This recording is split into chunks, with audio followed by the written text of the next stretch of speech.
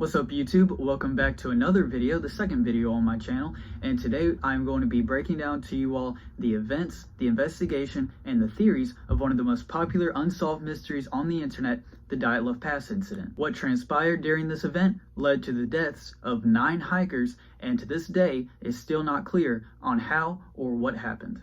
And now that I've got that intro out of the way, let's get into it. Now, I would like to preface this video by saying that all of this takes place in Russia, and so the pronunciation of pretty much all of the names involved in this are going to be very hard for me because I'm American, but just trust me, I'm doing my best, and if I mess up, I'm sorry. But okay, now let's get into it. In 1959, a skiing group was formed for an expedition across northern Urals in Sverdlovskaya Oblast, which was a district in the Soviet Union. And just for future reference, I'm probably going to just say oblast for the rest of this video when referring to that, because that first word in that is just too much for me. I'm sorry. The group was set to be led by Igor Dyaltov, a 23-year-old engineering student at the Ural Polytechnical Institute.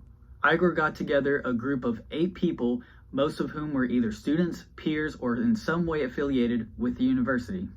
The names of all of the members of the expedition were Dubinina, Krivonishenko, Slobodin, Kolovatov, Zolotaryov, Doroshenko, Kolmogorova, Dyatlov, and Bergol. Now, officially, there was also a 10th member in that group that wasn't featured in that picture I just showed, named Yudin, and in a few seconds I'm going to tell you why he wasn't in that picture, but trust me, it's for a good reason. The expedition group was made up of a total of 2 women and 7 men. All of the members of this expedition were grade 2 hikers with ski tour experience and would be receiving their grade 3 certification upon return. You see, in Russia, and not just Russia, in a lot of countries, there's a sort of grading system whenever it comes to mountaineering or rock climbing or skiing or outdoor activities of that nature. In modern day Russia, the grading system is set as 1A through 6B, with 1A being the easiest type of hike that a lot of people can do, and with 6B being the most difficult. At the time of this story, however, the grading system within the Soviet Union were numbers 1 through 3, with 3 being the highest certification available, requiring an expedition of up to 300 meters. The route that Dyaltov had planned was set to take the group through the northern regions of the Oblast region and into the Lazva River. The route was soon confirmed by the Oblast City Route Commission. This is the actual proper name for it, but like I said, that word is too much for me, so I'm sorry. On January the 23rd, 1959, the group was given their official route book, and in the route book, the City Committee for Physical Culture listed approval for another member. That member being Semyon Zolotarov, who was previously certified to go on another expedition of a Class 3 grade. Now, Zolotarov wasn't with the original group. He wasn't affiliated with the university. He ended up coming on later, but nonetheless, he went with the group on the expedition. Probably should have clarified that earlier, but whatever. On that same day, the group would leave the city right after they received their route book. In the morning hours of January 25th, 1959, the group would arrive in the town of Ivdel, which is located in northern Oblast. The group then took a truck to Vizhai, which was a smaller village located further north. While staying the night in Vizhai, the group brought along loaves of bread, because this is the Soviet Union, to sustain their energy levels for the hike the next day. On January the 27th, the group would begin the hike, and on January 28th, one of the members, Yudin, who I mentioned before, would turn back due to health issues, including a heart defect as well as knee and joint pain. Yudin leaving left the group with only 9 members, and these 9 members would go on to become the victims of this incident. So it seems that all those health problems really saved Yudin's life, if I do say so myself. Thanks to both diaries and cameras that the group had taken with them on the expedition, it's known that on January the 31st, the group would arrive at the edge of a highland area. It was here that the group would prepare for climbing, as well as caching both food and gear in a wooded area to be used for the trip back down. What the fuck is all this, Franco? Looks like food. How'd that get there? Now, it's widely assumed that the group's plan was to get over the pass and to set up camp for the next night. But due to snowstorms that decreased the group's visibility, they were veered off course due west after losing their direction. When the group realized their mistake, they chose to set up camp on a mountain slope instead of traveling down to a nearby wooded area that would have given them more protection from the elements. There are a couple reasonable theories as to why they chose to do this, one being that they didn't want to lose the elevation that they had already gained, and another being that the group wanted to practice camping on mountain slopes. And this is the last confirmed activity to have taken place with the group on the expedition. That is, until their bodies were found, and then authorities were able to piece together a little teeny bit of what may have happened. Now, before leaving on the expedition, Dyaltov had promised his sports group that he would send a telegram no later than February the 12th when the group returned to Viz High. But as Yudin was leaving the group in the beginning, Dyaltov told Yudin that it may be longer before the telegram was sent out. So naturally, when February the 12th rolled around with no messages, there was no immediate reaction from anybody because expedition delays were pretty normal. By February the 20th, however, the families of the group were demanding a search party be sent out, and the head of the university sent out local volunteers, including students and staff members. So I hope that this search party got their certification as well. Not too terribly long later, police and the Soviet military would join the search party with planes and helicopters ordered to be sent out to look for the group. By February the 26th of 1959, the search party would make their first finding and were stunned at what they found. The search party came across the group's badly torn tent, which had been left abandoned on the mountain of Koleshiakal. The party described the tent as being half torn down and covered with snow, with all of the group's belongings and, curiously enough, their shoes left behind. Investigators also made note that the tent appeared to have been ripped open from the inside. 9 sets of footprints, which were made with either one sock, a single shoe, or some even barefoot, were found at the side of the tent and were followed to some nearby woods.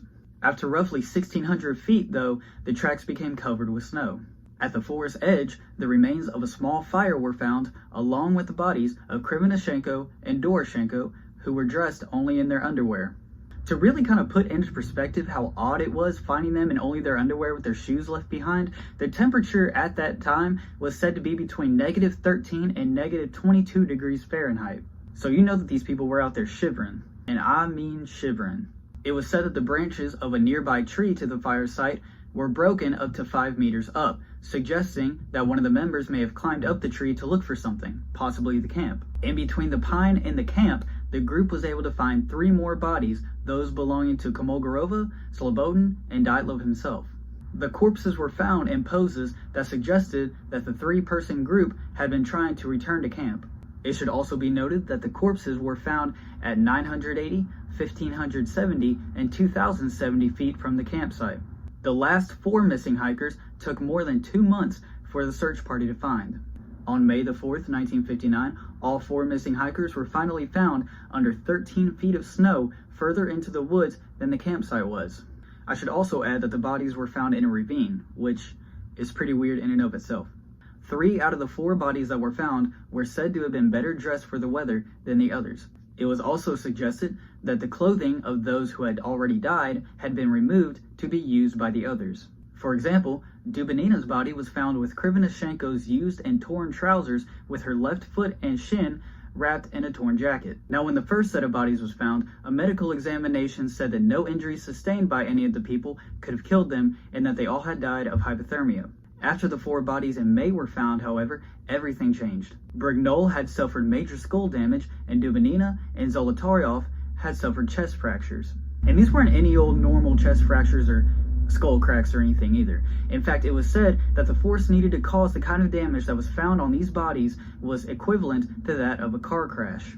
The bodies were said to have no external wounds related to their injuries, as if their bodies had come under some immense pressure. I'm just going to go ahead and clear up any confusion right now. When I say no external wounds related to their internal injuries, that's not to say that they didn't have external wounds, as you'll come to find out shortly. They just didn't coincide with each individual's own internal injuries. For example, although I mentioned that Dubinina had chest fractures, she still had injuries to her face. Now about those external injuries, and boy are you guys in for a ride with this one.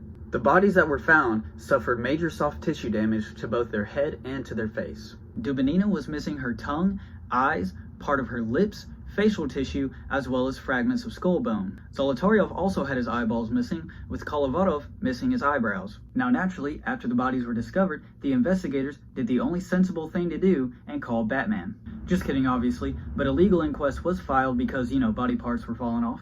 And the forensic expert performing the medical investigation claimed that the injuries happened post-mortem, or after the victims had died. Now, initial theories suggested that the native Mansi people, who were known to have herded reindeer in the area, had killed the group of hikers for trespassing on their land. However, the investigators dismissed this theory, seeing as to how only the footprints of the 9 hikers were found, with no apparent sign of a hand-to-hand struggle, as well as the force of the blows some of them took being too strong.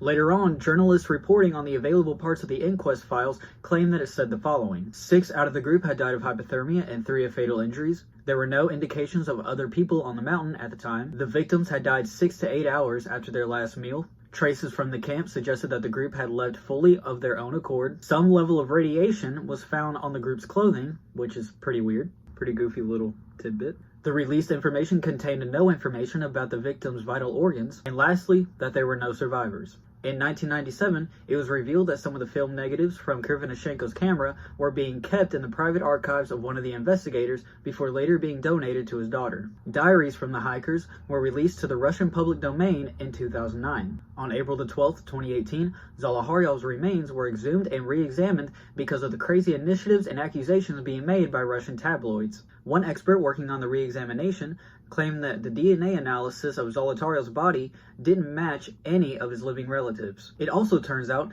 that Zolotaryov's name wasn't even on the list of names of those buried in Ivanovskoye Cemetery. And by the way, I just had to summon the indomitable human spirit there just to pronounce the name of that cemetery, and I probably didn't even get it right. The exhumed skull still matched post-war photographs of Zolotaryov, though journalists claimed that it was actually someone hiding under Zolotaryov's name after World War II. In February of 2019, Russian authorities reopened the case and were only examining 3 explanations: an avalanche, a slab avalanche, and a hurricane, with the possibility of a crime already having been ruled out. Yuri Kuntsevich, who attended the hiker's funeral at only 12 years old, noted that the bodies of the victims had some kind of deep brown tan.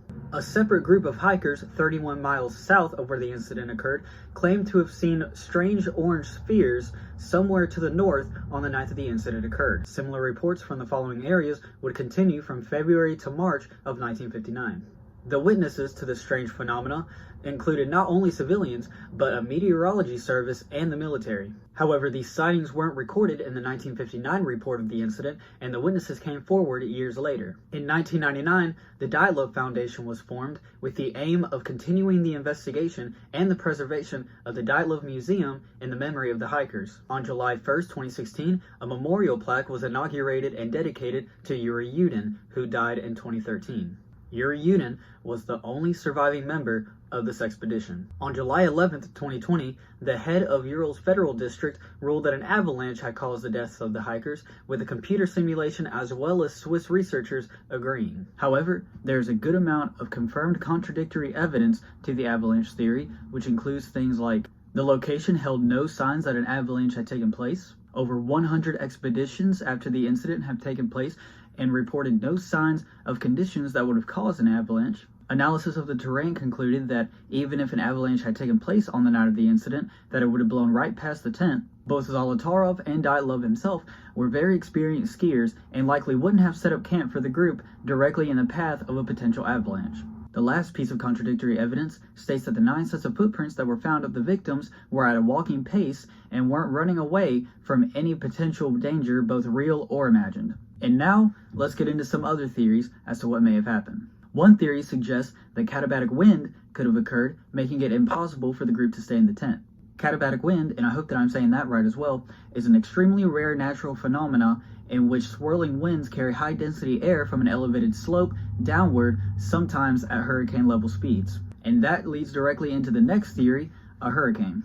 Now this one's pretty self-explanatory. Basically, it states that a hurricane blew through the area, making it impossible for the group to stay where they were. And I wasn't able to find any kind of contradictory evidence refuting this theory as I did with the avalanche. Another theory claims that swirling winds could have created something called a Kármán vortex street, which could produce sounds under the audibility of humans called infrasound, which could be capable of sending humans into panic attacks. Another theory claims that the hikers could have been camped near a Soviet parachute mine testing facility in which parachute mines could have been detonated in the air sometime at night, sending the group into a panic, and would explain the orange sphere phenomena looked upon by hikers and civilians and the military. Another theory would report that there were radiological tests going on near the area, which could explain the radiation found on their clothes.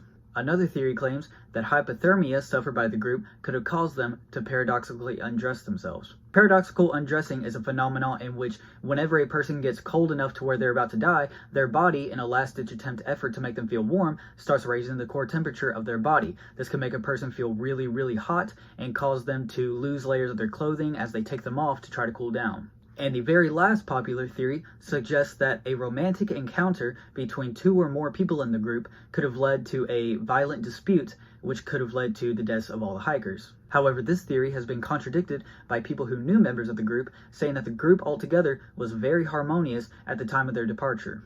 And plus, it's weird to think that the results of 9 people, some with their eyeballs and their tongues and parts of their face missing, were all due because a certain amount of people within the group wanted to have naughty time. So, yeah. Hate it. Now, some of these theories address it and some of them don't, but the ones that do claim that the whole eyeballs and face and stuff missing from the hikers was simply animals eating out their eyes and eating the tongues out of their mouths after they had died. And to be honest, I don't really know how much I would believe that. But then again, maybe I'm just dumb. But as to what exactly happened that night, we'll probably never know. I implore you all to do your own research on this topic because it was really interesting to me, so maybe it would be to you watching this. And with all of that being said, I'm going to wrap this video up. I hope you all enjoyed the video. Please leave a like and subscribe. It really does mean the most. And this is Cryptic, signing off.